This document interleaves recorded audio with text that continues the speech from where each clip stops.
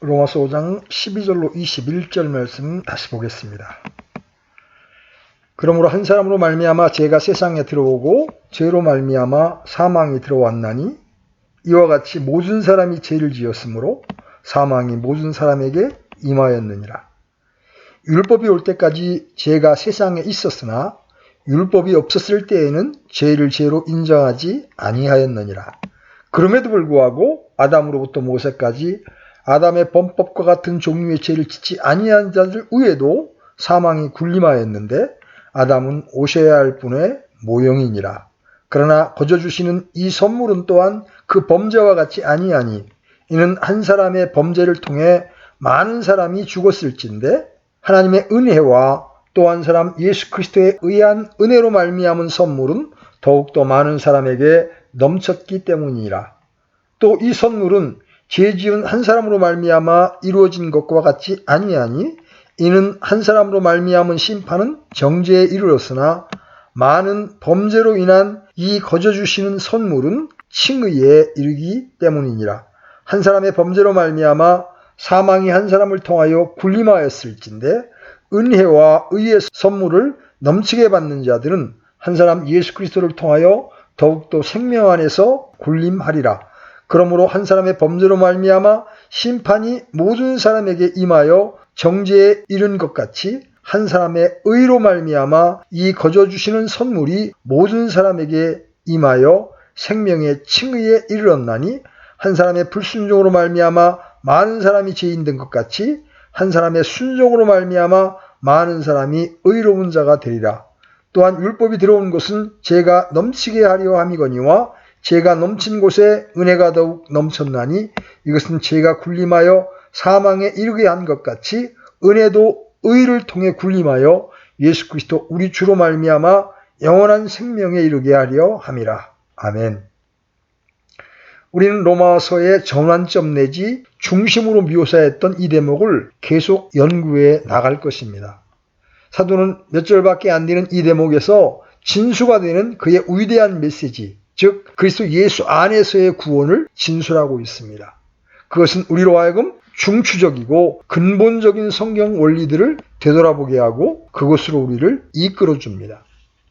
우리가 그것을 전체로 살펴보았으니 이제 이 대목의 구조를 객관적으로 분해해 보아야 합니다.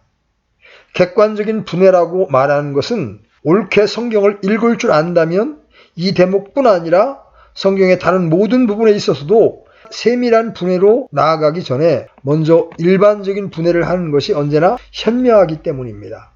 만일 전체 대목의 뼈대나 구조를 마음속에 이해하고 있으면 특정 진술에 복잡하고 어려운 문제들을 처리하는데 좋은 위치에 서게 될 것입니다. 12절부터 읽어나가게 될 때 우리는 즉시 이와 같이 영어로 as라는 말에 사로잡히게 됩니다. 우리말에는 이것이 문장의 중간에 나와 있지만 영어로는 wherefore 다음에 as가 등장합니다. 그러므로 한 사람으로 말미암아 죄가 세상에 들어오고 죄로 말미암아 사망이 들어왔나니 이와 같이 모든 사람이 죄를 지었으므로 사망이 모든 사람에게 임하였느니라. 여기서 as라는 단어를 통해서 하나의 비교를 착수하고 있습니다. 물론 우리는 12절에서 그의 비교를 끝내지 않았다는 것을 알고 있습니다. 18절에 가보면 그러므로 한 사람의 범죄로 말미암아 심판이 모든 사람에게 임하여 정죄에 이른 것 같이 한 사람의 의로 말미암아 거저 주시는 선물이 모든 사람에게 임하여 생명의 칭의에 이르렀나니 12절에서는 as가 and so와 걸리고 18절에서는 as가 even so에 걸려 있습니다. 이것은 18절에서는 대구로 되어 있고 비교가 as, even so의 형식으로 진행되어 나가고 있습니다. 이 12절에서 하나의 비교가 시작될 뿐이지 끝나지 않는다는 것은 흥미로운 점입니다. 그는 비교를 끝내지 않고 대신 하나의 삽입문을 넣어 계속해 나간다는 겁니다. 영어 킹제임스 성경에서는 13절 초두에서 괄호가 열려 17절에 가서도 괄호가 닫히지를 않습니다.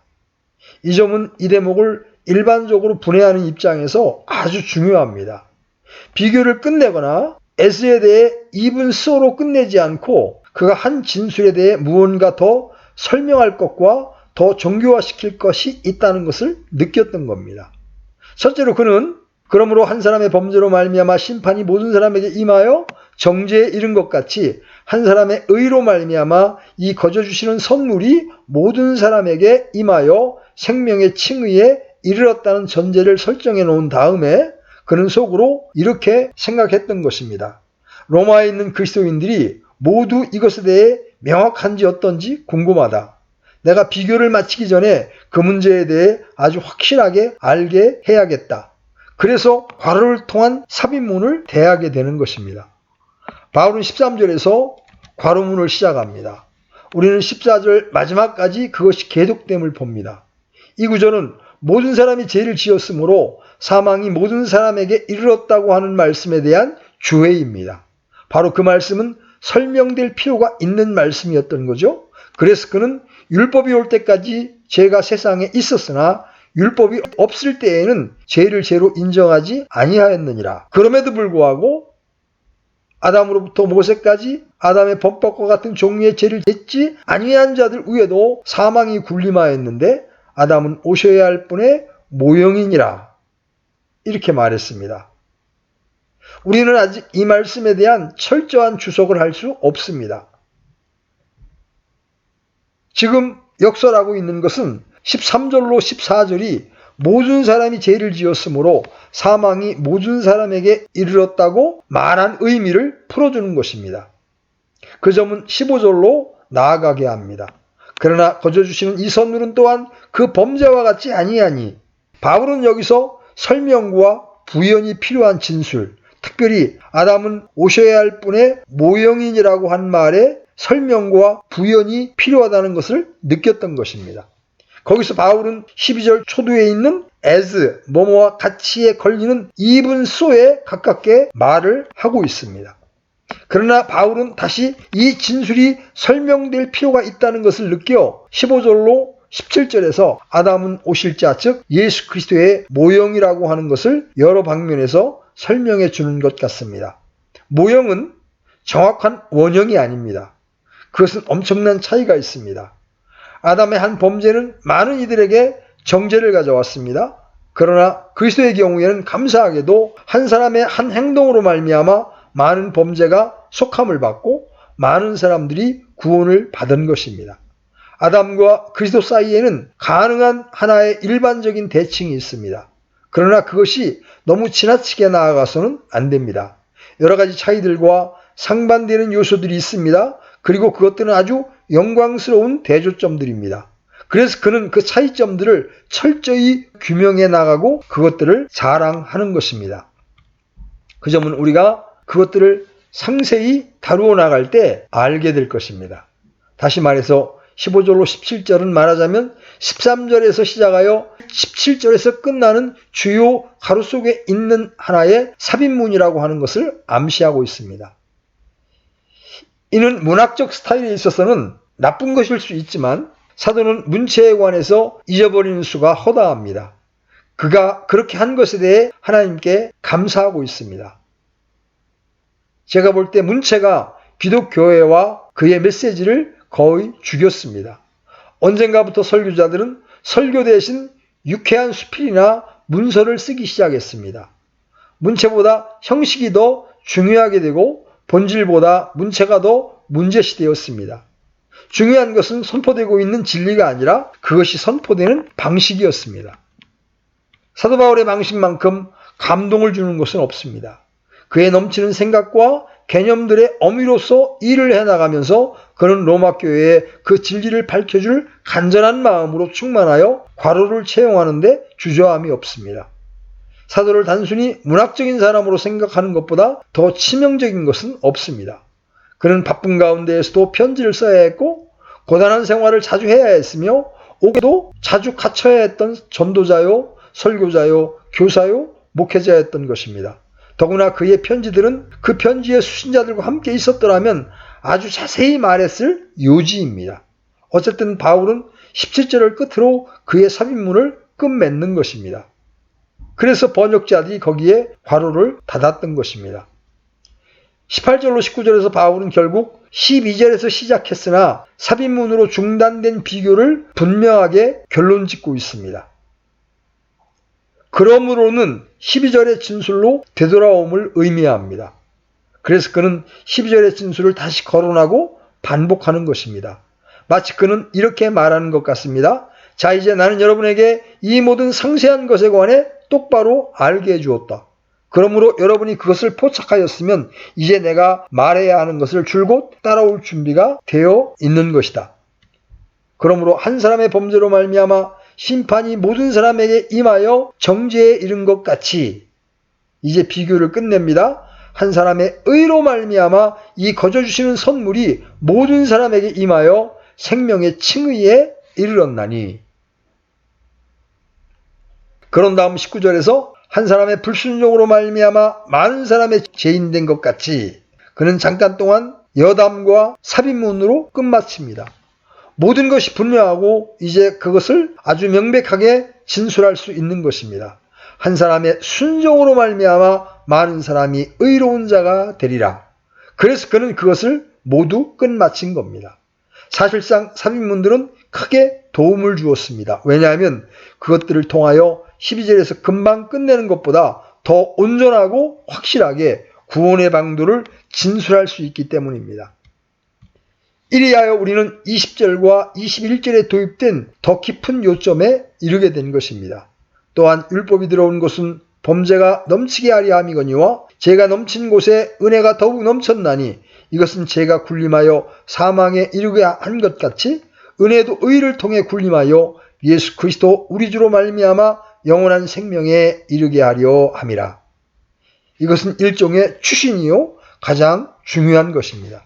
사도는 언제나 유대인들의 어려움, 특별히 초대교회의 유대인 신자들의 난제들을 다루어야 했습니다. 이방인들의 교회 안에서도 유대인 신자들이 있었으며 로마 교회에 유대인들이 있었다는 것은 확실합니다. 어떤 경우였든지 1세기 그리스도인들은 늘 유대인들 때문에 제출된 율법과 그 목적에 관한 논증으로 만족해하고 있었습니다. 우리가 알아보았듯이 사도는 겉으로 보기에는 율법이 어떤 의지도 목적도 없으며 그건 문제 삼을 것이 아니라는 식의 인상을 줄 수도 있는 하나의 일반적인 진술을 하고 있습니다. 그는 아담에게만 관심이 있고 그리스도가 오시기까지 율법을 다루는 것은 문제가 아니라고 시사하고 있는 것처럼 보입니다. 유대인들은 구약에서 주어진 율법의 위치를 보라, 그렇게 무시할 수 있느냐고 주장했을 것입니다. 이 두 구절은 그 비평에 대한 바울의 답변입니다. 율법은 결코 구원의 방도로서 주어진 것이 아닙니다. 바로 그 점에 유대인들의 결정적인 오류가 있었던 겁니다. 그들은 율법을 구원의 방도 중 중대한 부분으로 만들어버렸습니다. 그러나 율법은 그것을 의도한 것이 아니었습니다. 율법의 기능은 우리를 그리스도와 그분의 구원으로 인도해야 하는 훈육 선생이었습니다. 바울은 그 점을 갈라디아서 3장 24절에서 지적했습니다. 율법이 들어온 것은 무엇 때문입니까? 범죄가 넘치게 하려 함이거니와. 다른 말로 하면 우리 죄의 진정한 성격을 알도록 하기 위함입니다. 율법은 죄의 성격을 뚜렷하게 더욱 확대시킵니다. 어느 의미에서는 그것을 조장하고 끌어냅니다. 그러나 감사하게도 그것이 전부가 아닙니다.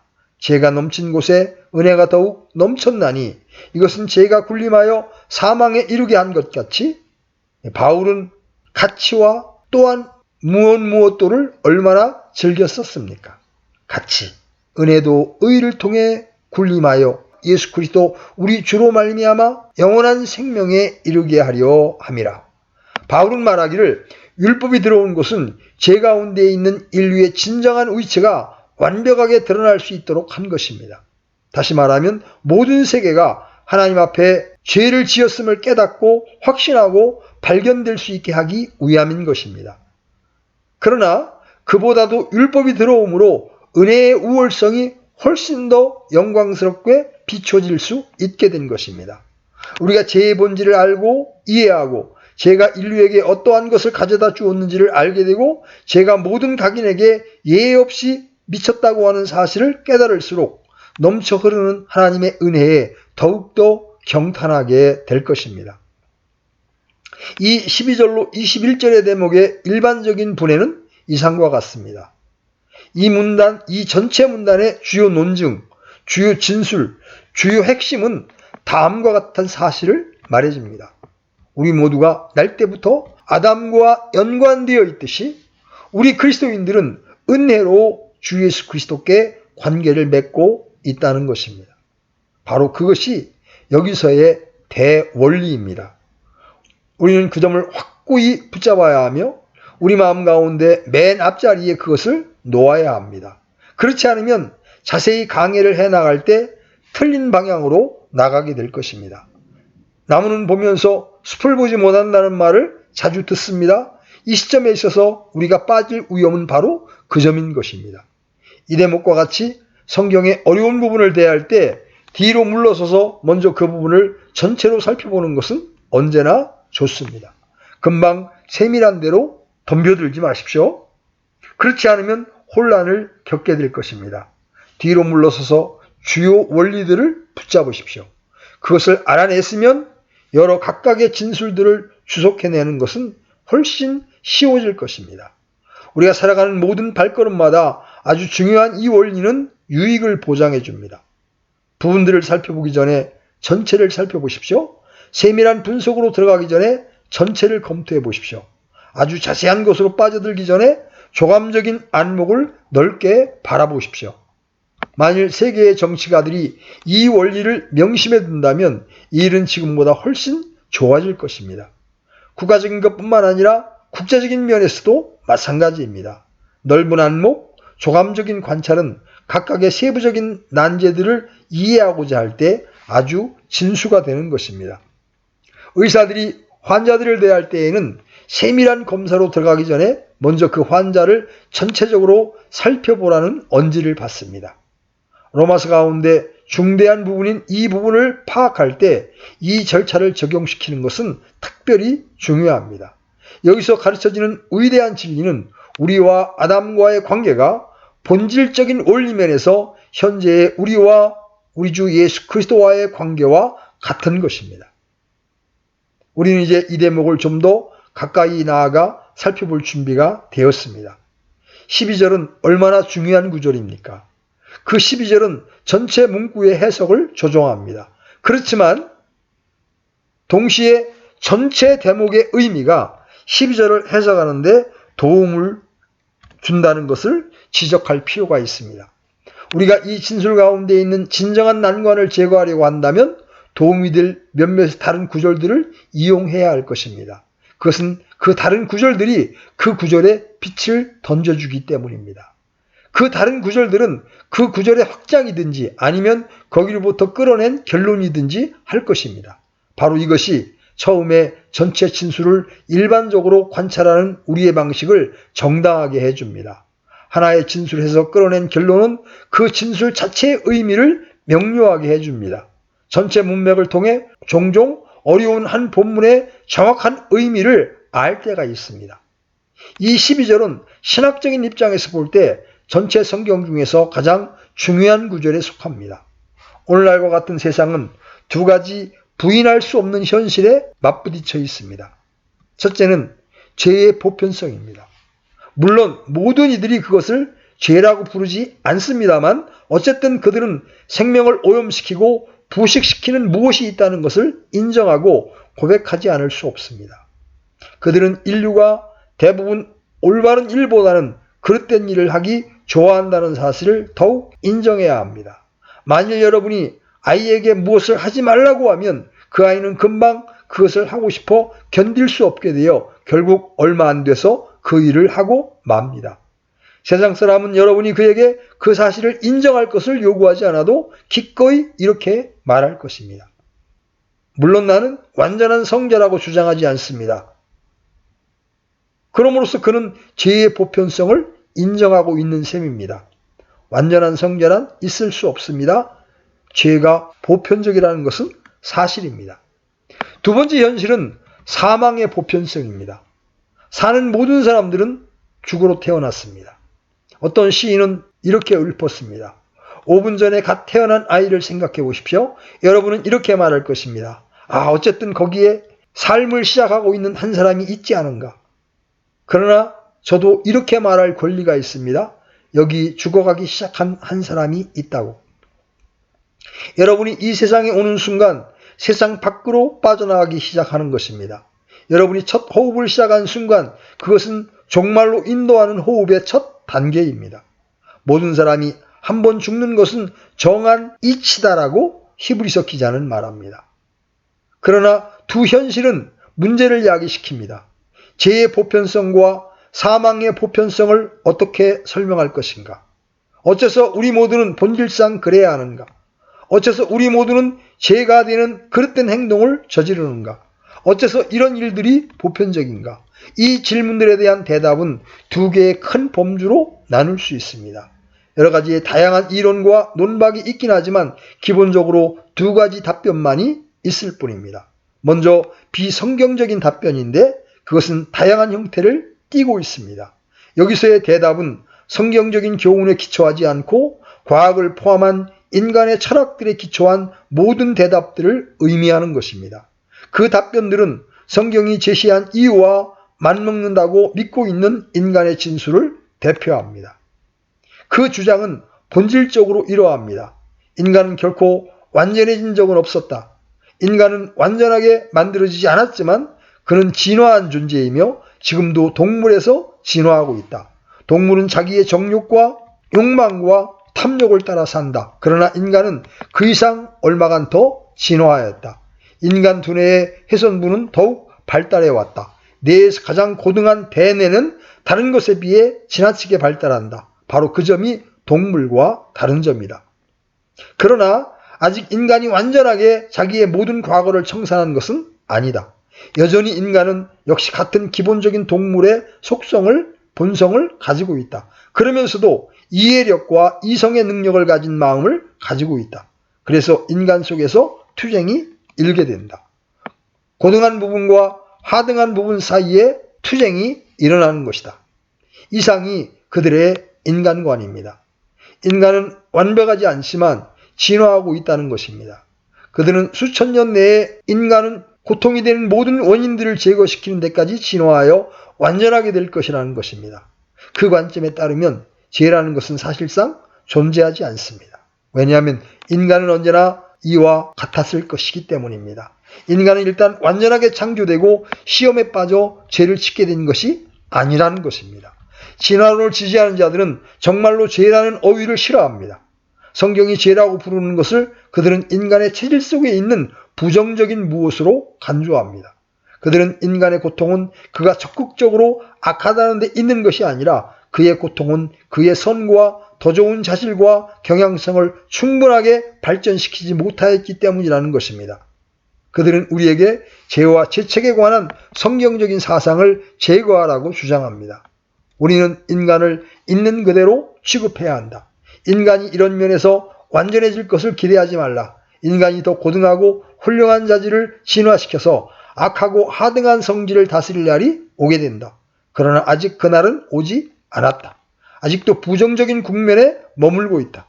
아직도 충분하게 적극적이 되지 못하였다. 물론 여기에 인간의 고통과 문제거리와 결핍의 원천이 있는 것이다. 다시 말해서 그들은 죄의 개념을 송두리째 제거해버립니다. 왜냐하면 성경의 교훈에 따르면 죄란 적극적인 것이지 소극적인 것이 아니기 때문이라는 것입니다. 그들은 인간은 실제로는 악하지 않다고 말합니다. 인간에 관해 할 말은 그가 선하지 않다고만 하면 된다는 겁니다. 우리가 모두 비열한 일을 행하는 자를 볼 때 그가 나쁜 사람이라고 말해야 하며 오직 그가 선하고 고상하고 매력적인 자질에서 약간 결핍되어 있다고만 말해야 한다는 겁니다. 그들에게 사망의 보편성에 대해서 설명하라고 하면 그들은 죽음이란 단지 인간의 체질의 한 부분에 불과하며 생명의 전 체계의 필수적인 부분이라고 대답합니다. 생명은 시작하고 발전하고 자라고 봉우리를 맺어 꽃 피우고 그리하여 절정에 이른 다음 점점 약화되어서 급기야는 죽게 된다는 것입니다. 이것이 인간 존재의 패턴이라는 것입니다. 그것은 생명 그 자체 내에서 물려받은 것이며 생명의 절정에 이르기까지 상승하고는 사라져 없어지기까지 내려가는 것이라고 합니다. 진화론에 따르면 사망이란 현실적인 것이지만 생명의 순환 과정의 한 부분입니다. 이것이 의미한 바를 실례를 들어 설명해 보겠습니다. 로이드 존스 목사님이 모 신학대학 학장과 장시간에 걸쳐 논쟁한 적이 있었답니다. 그 논쟁에서 그들은 사망의 문제에 이르게 되었고 결국 진실로 내가 너희에게 이르노니 하나에 미리 땅에 떨어져 죽지 아니하면 홀로 남거니와 죽으면 많은 열매를 맺느니라는 말씀을 가지고 토론하기 시작했습니다. 로이드 존스 목사는 속죄의 전반적인 문제에 연관해서 그 구절을 소개했습니다. 그 말씀 속에서 거론하고 있는 것이 속죄라고 주장했습니다. 그러자 그 학장은 아닙니다. 절대 아닙니다. 그건 그렇지 않아요. 당신처럼 율법적인 마음을 가진 사람들이 예수님에 의해서 진술된 아름답고 간단한 생명관에 당신의 생각을 첨가시키는 곳이 그 말씀입니다. 그렇지 않습니까? 예수님은 단지 생명의 고유한 원리를 예증하고 있지 않습니까?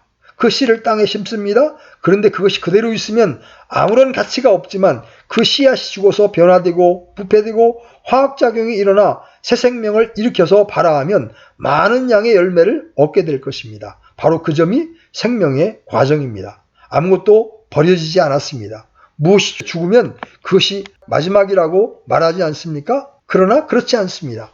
나무나 꽃이나 짐승이 죽어 썩으면 아주 값어치가 있습니다. 그것은 질소를 발산하여 결국 그것이 생명의 기초가 됩니다. 또한 다른 많은 주요한 성분도 냅니다. 죽음은 새 생명의 분자를 형성하는 데 필요한 질소를 발생시킴으로써 생명으로 연결됩니다. 죽음이란 생명의 순환 과정의 일부입니다. 이상이 학장의 설명 내용이었습니다. 죽음이란 생명의 과정이나 생명의 흐름의 한 필수적인 부분이며 그래서 죽음이 없었던 시대가 없었다는 주장까지 했던 겁니다. 본질상 이 내용은 비성경적인 관점입니다. 성경적인 관점은 어떠합니까? 그것은 여기 12절에서 발견됩니다. 죄라는 말을 살펴보십시오. 여러분 사도가 죄를 의인화시킨다는 것을 아셨습니까? 그러므로 한 사람으로 말미암아 죄가 세상에 들어오고 죄가 문을 열고 들어왔습니다. 죄가 의인화되었습니다. 뒤에 가서는 죄가 군림한다고 말합니다. 바울은 이것으로 무엇을 의도합니까? 그것이 죄가 어떤 자질이 모자라는 것이 아니며 소극적인 국면에 속한 것이 아니라 적극적이고 활동적이며 일을 만드는 무엇이라고 하는 것을 진술하는 바울의 방식입니다. 죄가 들어와서 다스리고 통치하고 왕노릇하여 엄청난 행동성을 증명한 것입니다. 분명히 우리는 여기서 비성경적인 관점과 철저히 상충되는 것을 봅니다. 죄의 의인화는 성경적 교훈의 특징입니다. 그것은 놀랄 일이 아닙니다. 왜냐하면 죄가 마귀의 인격을 통해서 들어왔기 때문입니다. 비성경적인 다른 관점은 마귀가 있다고 믿지 않습니다. 마귀에 관한 모든 견해를 우습게 생각하고 나아가 조롱하기까지 합니다. 어리석은 자는 아직도 마귀를 믿고 있다고 말합니다. 그러나 여기에서 바울은 죄란 하나의 가장 적극적인 것으로 그것을 설명한 충분한 이유를 가지고 있음을 보여줍니다. 그래서 바울은 죄를 의인화시켜서 그렇게 해서 죄가 들어왔음을 우리에게 상기시켜 주는 것입니다. 사도는 죄를 말할 때 무엇을 의미합니까? 그는 여러 가지 일을 뜻합니다. 범죄 행위, 죄로 이끌어주는 불순종, 바꾸어 말하여 부패로 사람의 본성에 변화를 주는 행위 등 여러 가지를 의미합니다. 바울에게 있어서 죄는 역시 의로부터 떨어져 나와 불의로 되는 것을 의미합니다. 그것은 부패하고 오염된 본성, 부단히 표적을 마치지 못하는 것, 더 나아가 불순종과 범죄 그리고 하나님의 거룩한 율법을 범하는 것을 의미합니다. 죄는 하나님께 대한 반역하는 태도이며 혐오하는 마음입니다. 그리하여 하나님의 율법을 거부하는 겁니다. 성경의 여러 부분에 그 의미가 특별히 어렴풋하게 나타나 있습니다. 그러나 이 대목의 문맥은 일반적으로 정확한 국면을 아주 뚜렷하게 해줍니다. 죄란 새 통치 원리가 사람의 삶에 들어온 것을 의미합니다. 그것은 우리가 타락한 상태에 있다는 것과 우리가 부패하여졌으며 우리의 습관이나 실제 행동들은 이 통치 원리에 의해 조종된다는 것을 의미합니다. 두 번째 것은 제가 행한 일을 묘사하는 것입니다. 제가 세상에 들어왔다는 동사는 실제로 침입하였다는 것을 의미합니다. 사도는 제가 존재하기 시작하였다는 것을 의미하지 않습니다. 죄는 세상에 들어왔습니다. 침입하여 들어왔습니다. 죄는 뛰어들어왔습니다. 인간의 생명 속에 덮치고 들어왔던 겁니다. 그 진술이 암시하는 것은 최상의 중요성을 지니고 있으며 인간과 세상과 구속의 전 내력에 관한 전체 성경 교훈의 진수가 되는 부분입니다. 세상이 죄로부터 완전히 자유로웠던 역사상 어느 한 기간이 있었습니다. 죄는 침입자입니다.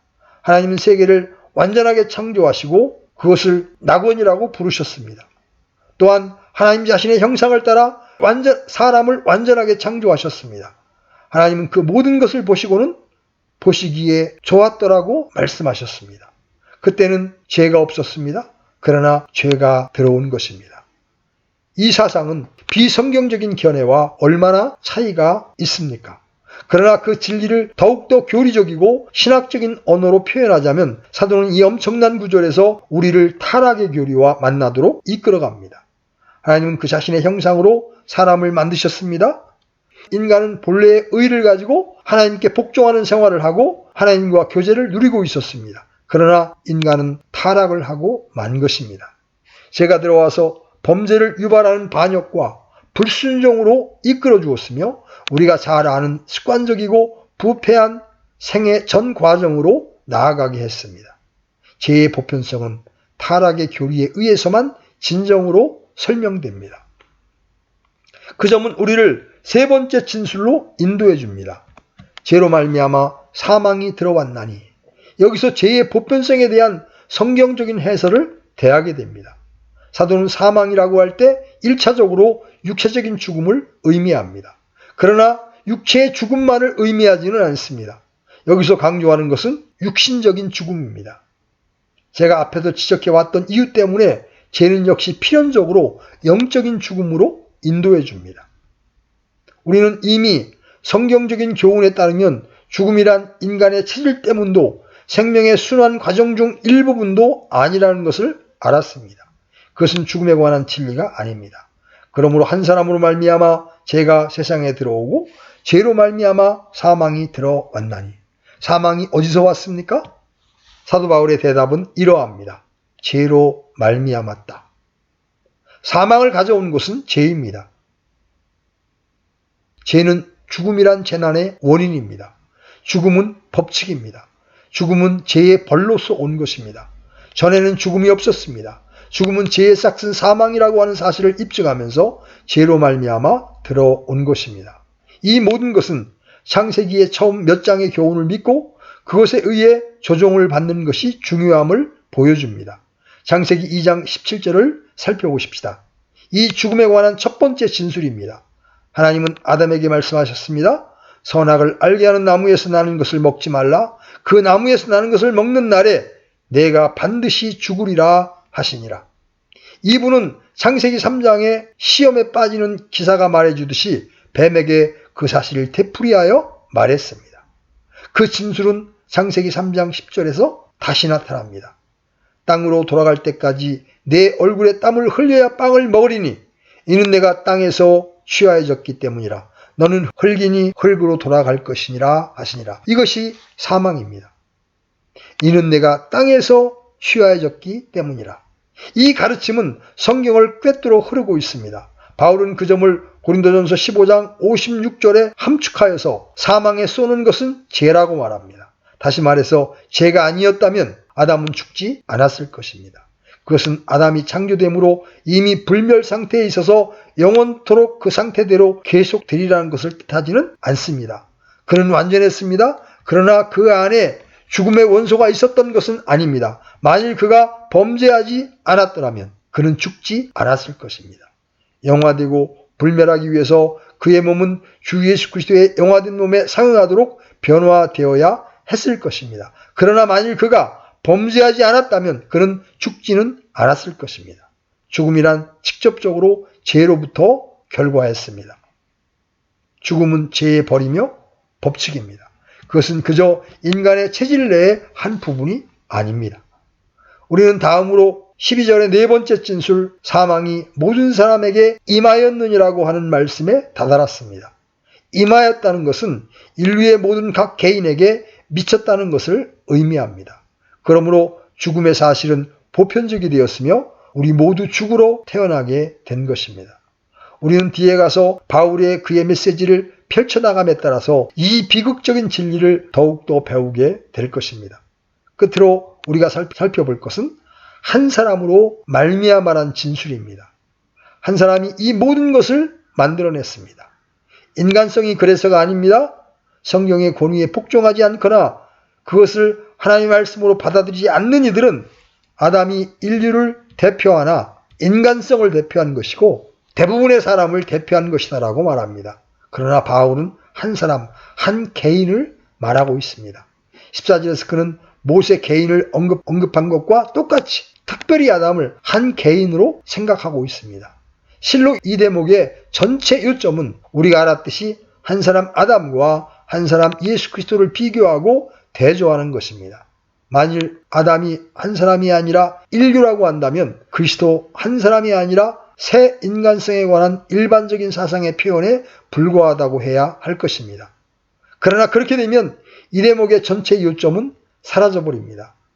정신 차려 세워보면 바울이 여기서 한 사람이라는 말을 12절로 19절에서 12번이나 사용한 것을 발견할 것입니다. 마치 그 이론들이 나오기 전에 현대의 제1론을 평가하고 논박하는 것 같습니다. 바울은 한 사람이라는 말을 계속합니다. 한 사람으로 말미암아, 한 사람, 한 사람의 죄, 한 사람의 범죄 등등. 사도는 인간성이 아니라 한 인격을 언급하고 있는 것입니다. 아담이라고 하는 첫사람 개인을 가리키는 겁니다. 여기서 사도의 가르침에 동조하든 안 하든 간에 현재는 문제가 되지 않습니다. 우리의 관심은 사도가 말하는 것이 무엇인가를 발견해내고 이해하는 것입니다. 이 여러 가지 이견들을 사도에게 억지로 끌어붙여 1900년 전에 사도 바울이 현대의 회의적이고 과학적인 이론들을 주장했다고 억측을 부리는 것은 어리석을 따름입니다. 정직하고 열린 마음을 가지고 사도 바울의 서신들을 읽으면 창세기 1장부터 3장이 문자 그대로의 역사임을 바울이 믿고 있음을 인정하지 않을 사람은 아무도 없습니다. 우리 주님도 역시 그것을 믿으셨습니다. 주님께서 창조의 시작부터 하나님께서 그들을 남성과 여성으로 만드셨다고 말씀하셨습니다. 우리 주님은 구약을 믿으셨습니다. 그리고 그것을 있는 그대로 받아들이셨습니다. 그래서 그분은 구약을 자유롭게 인용하셨으며 다른 곳에서도 창세기 2장부터 3장에 기록된 것이 실제 역사라고 믿는다는 것을 명백하게 보여주셨습니다. 주님은 한 사람을 믿으셨습니다. 간추려 말하자면 여기에 교훈은 죄와 죽음이 아담 한 사람의 불순종의 직접적인 결과로 인간의 삶과 인류의 노정 가운데로 들어왔다는 것입니다. 우리는 이 점을 뒤에 가서 세밀하게 살펴보아야 할 것이며 사도가 그것을 얼마나 분명하게 진술하는지를 알아야 할 것입니다. 그러나 일반적으로는 12절에 진술이 있습니다. 우리의 연구는 창세기 1장에서 3장을 보는 관점에 대해서 아무렇게나 생각해서는 안 된다는 우리의 생각을 입증했습니다. 만일 여러분들이 사실대로 아담이 있었다는 것을 믿지 않거나 바울이 그에 대해 하는 말을 믿지 않는다면 무엇 때문에 사죄받을 필요가 있으며 속죄의 필요성이 어디에 있겠는가 하는 것입니다. 왜 그리스도께서 인간의 몸을 입으셔야만 했습니까? 문자 그대로의 아담을 부정해 보십시오. 그러면 모든 기독교의 존재 이유와 기독교 메시지는 허무한 것입니다. 성경은 하나로 일관합니다. 각 부분은 다른 것들과 서로 얽혀 있습니다. 그 모두는 서로 이 놀라운 통일성을 이루고 있습니다. 성경의 처음부터 끝까지의 하나의 위대한 테마는 하나님과의 관계를 맺고 있는 인간과 인간 세상입니다. 성경은 우리들에게 인간이 어떻게 잘못되었으며 그 결과가 어떻게 나타났는지를 이해합니다. 그러나 하나님께 감사하게도 성경은 역시 우리들에게 어떻게 하면 인간이 바로 될 수 있는가를 말합니다. 아담 안에서 그러한 것 같이 그리스도 안에서도 그러합니다. 오늘은 여기까지 살펴보고 다음 주부터는 이 본문에 있는 세부적인 내용들을 좀 더 상세히 살펴보는 시간을 갖도록 하겠습니다.